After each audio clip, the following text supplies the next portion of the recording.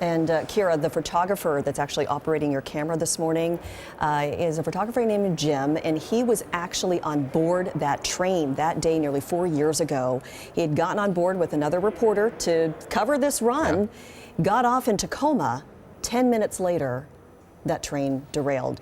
Jim, I hope that you can hear me. I'm just wondering, what is it like for you to kind of relive this day as people are getting back on that train again this morning? Well, I was just thinking about it. I haven't been inside this station since the morning it all happened. And Alex and I remember it was just the station, all the lights were off. We thought that was kind of weird. You know, the only real light we could see was the monitors. And it was just one of those mornings we thought, oh, we got a nice, easy train ride. It's going to be, just to be able to stay warm. And everything went so nice and smoothly all the way into Tacoma, and then just everything went crazy after that. Just what was your instant reaction when you found out that this train crashed and that if you had continued on with Alex, you may not be here this morning to tell your story?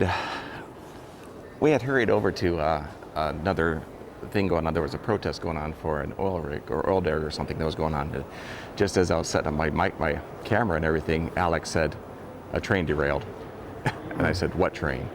And it was just my stomach dropped, and I couldn't do anything until I knew it was that train. And then he showed me the picture that everyone was seeing of the train hanging off the bridge, resting on top of the cars. And then we had deal with all the traffic to get to that scene. And now we just kept thinking of the people we talked to, and we had no idea what had happened to anyone. So we were just, beyond words. Yeah, you weren't just on the train, you were in the same train car where these gentlemen lost their lives.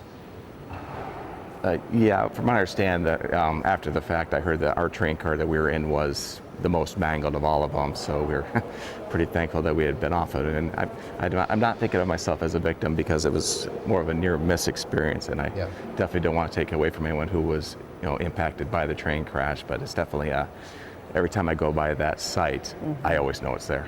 Of course. Yeah. Jim, thanks for your thoughts, and we appreciate your work, especially, think about it. He's still covering the story nearly 4 years after it happened, and even that day, he had to continue on and cover the crash. Yeah, reached out to Alex today, too, to chat with him, too, but what a day.